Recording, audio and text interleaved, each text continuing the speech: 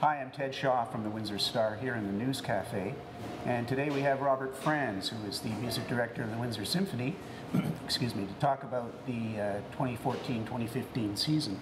And this is the brochure that the media was handed out. It's ready to take off, and I'll let Robert expound on what the significance of that title is. It's really kind of fun because it means a number of different things. First of all, this is my second season with the Windsor Symphony, but the first season that I put together totally myself. So this was our first really go as a group to get this season up and running, which has been super exciting. But opening our pop season this year is the great Chris Hadfield, and you know he is just an incredible human being. He's an incredible mind. But he's also a really, really fine musician. So I met him a few years ago working in Houston when he was done at NASA training for the International Space Station, and discovered that he was a guitarist and a singer, did a couple of songs with him with the Houston Symphony, and when I got the job here, I called him up and I said, hey, would you mind coming and singing a couple of songs with the Windsor Symphony? And he said, well, I've actually was thinking about putting together a whole pops show. Would you be willing to help do the arrangements, and we could do my first ever full pop show in Windsor? Wow. So of course I said yes immediately, and away we go. So October 17, 18, and 19, he's doing 4 performances with the Windsor Symphony, and this will be the first time on earth that these songs have been heard with orchestra, but these are all the songs that he wrote while he was up in space. Isn't that something? So they're all original songs? They're almost all original songs. There are a couple of extras thrown in, but almost all original songs that either he wrote or he and his brother wrote together. Okay. And then we have a couple of songs, ISS and Big Smoke, that he and his brother wrote that actually include kids. So we'll have 60 young singers on the stage for each concert singing along with Chris. So there are about 240 kids who are going to have the opportunity to work with Chris Hadfield on stage, which we think is really awesome. And along with that, there'll be an education portion. Yeah, so he's going to be doing with some kids. That's right. He's going to be doing a live feed. He and I are going to be doing a question and answer period for all the students in Essex County, and so they'll just be able to plug in through their computer on that afternoon. It's a Friday afternoon, and they're going to send their questions ahead of time, and we're going to answer everything that we can. So yeah, we're trying to make it as interactive and have as many people get in contact with Chris as possible. Sounds like he's a great guy. I mean, he's a real gamer. Like, you know, he is incredibly generous of spirit, and what I love about him is that he really understands that while he's done extraordinary things, it's really about connecting with other people that really is what's extraordinary. And so he's done so much. I was reading the other day in a document. In fact, he's done so much, and I couldn't agree more, to really break down the barriers between space travel and us here on Earth and the idea of being an astronaut. And you know, he's really an enormous success story and a real motivation and inspiration for lots of us. And we're lucky to have him. Absolutely. Now, that's not the only reason this is called the Ready to Take Off. There's something called Flights of Fancy? Right Flight. Right Flight. That's right, and it's by a composer named Lawrence Dillon, and it's part of our Masterwork series in February of 2015, and it's a really, really cool piece. What it is there'll be 3 actors on stage, as well as the Windsor Symphony, as well as slides that are going to be shown that are actual photos taken by the Wright brothers, and it tells the story of the first flight. And so 3 actors from the University of Windsor are going to be joining us. So we have Orville and Wilbur Wright and a friend of theirs who tell the story of how this whole first flight took place. What I really love about it is that, first of all, it's a great piece of music. Yeah. Secondly, it tells a wonderful story in a really imaginative way. But really what's cool is that we're teaming up with the Canadian Historical Aviation Association here in town. And so we're going to have in the lobby some uniforms and... Mail time. That's right. You're good. You're good. So we're going to have in the lobby all sorts of things from CHAA, like uniforms from World War II and pictures and all sorts of memorabilia that will sort of add to the flavor of that first flight. Interesting. It's really an extraordinary story. For me, it's extraordinary. I've been to Kitty Hawk a couple of times, and the idea that these 2 guys would just really push towards accomplishing something that had never been accomplished before. In a way, it sort of reminds me of Chris and Chris's story, and I love how these 2 things are sort of like work together in our season. There's another story that's somewhat like that, and that's the story of Sarah Buettner. Tell me about her. Sarah Buettner is an incredibly talented pianist who's had a lot of ups and downs in her career, and she is really sort of sailing at this point and performing all throughout Canada and in fact throughout the world. She teaches in British Columbia. She's opening our season with a very interesting concerto. So on our Masterworks series, we open with Schumann, Robert Schumann, Symphony No. 2. But what was really important to Schumann was his wife, Clara, who was an incredible pianist and performed his concerto all the time, and she was a soloist, which in her day was a very unusual thing, to have a woman who actually would travel around Europe and bring home the money for the family. And so, in addition to all of that, and she found some time, along with having 8 children, to write a piano concerto. And so Sarah is performing Clara Schumann's piano concerto on the first half of the concert, and then we're performing Robert Schumann's Symphony No. 2 on the second half of the program. Yeah. Sarah began life as David Buettner. That's exactly right. And she is not shy about talking about that and discussing how it has affected her career. And it's been a huge journey for her, because really it's been, I think, like maybe 25, 30 years at this point, and that process, as society has changed and as people sort of have become more sort of open-minded and more sort of willing to allow people to be who they are, she's found a sort of a new renaissance really in the last decade or so.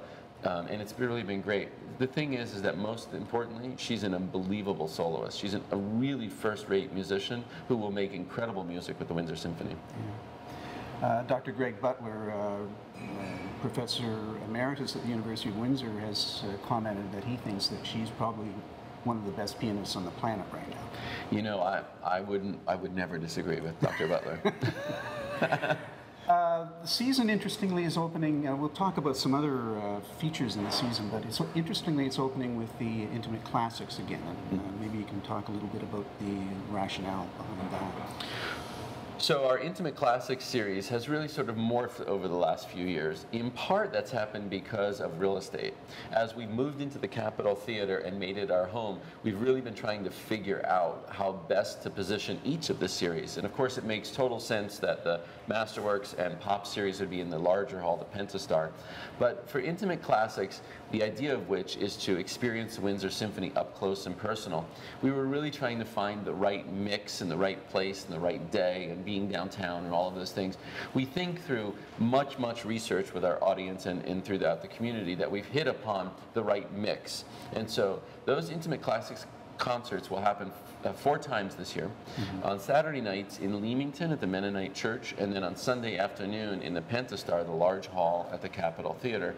So, and 2 of those 4 will be chamber music, so without conductor. It'll be the musicians of the Windsor Symphony leading themselves, playing chamber music. We did a piece like this last year, Mozart Grand Partita, and audience loved it. We got a lot of great feedback, so we decided to sort of push the envelope with that and try some more, and so we're going to be doing more of that this year.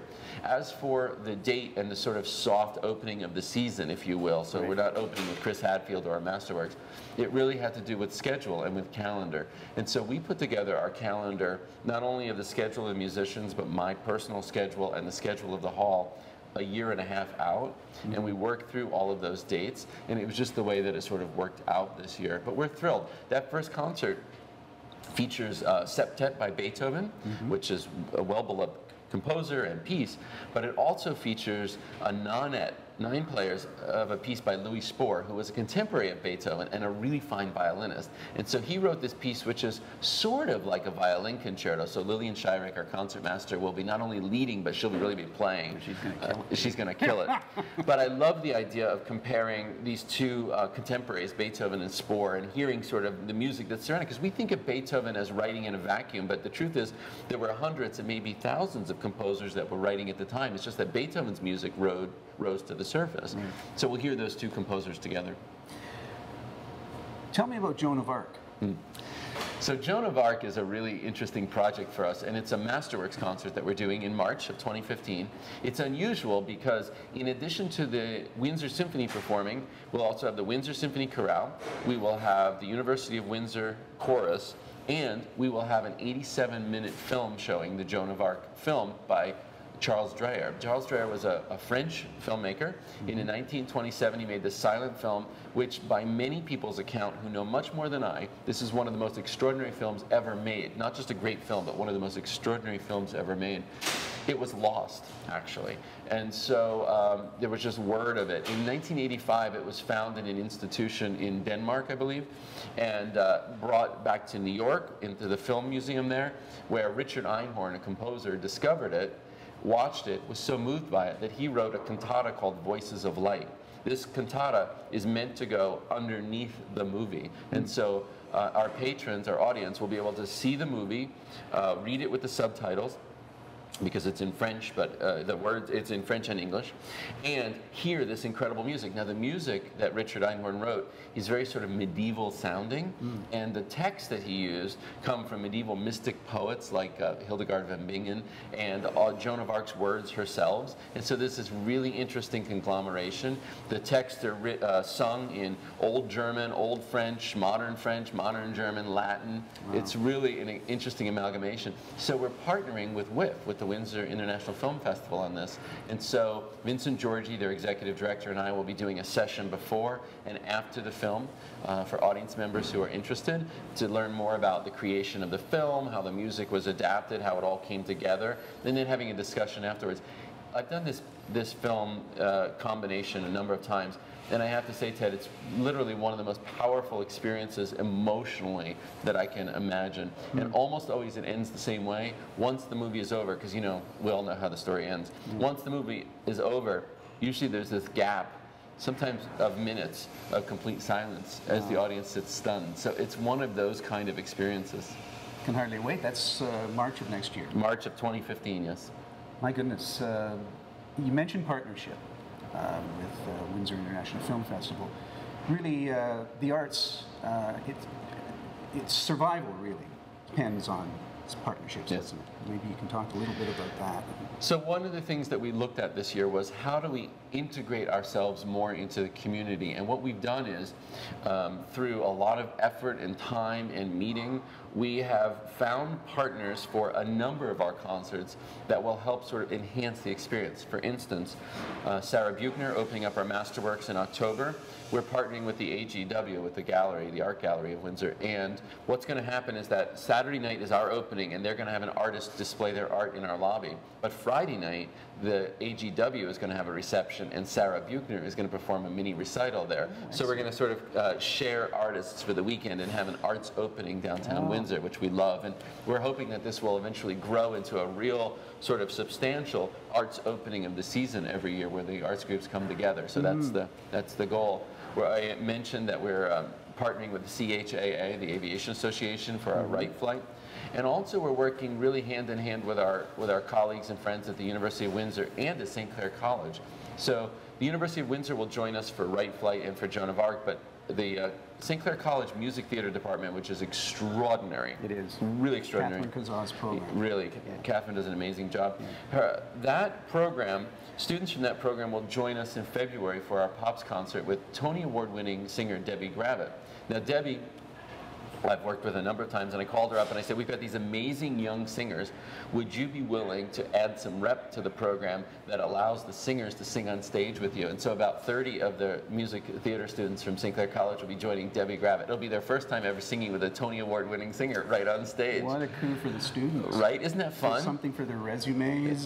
Totally. Yeah. So my goal is, whenever possible, whenever there's a true crossroads that we can make more powerful than either entity would be by themselves, is to bring groups together. And so we're trying to do that as much as we possibly can at the Windsor Symphony, and especially now that we have our home at the Capitol Theater, a space that we love and is really conducive to sharing with other people.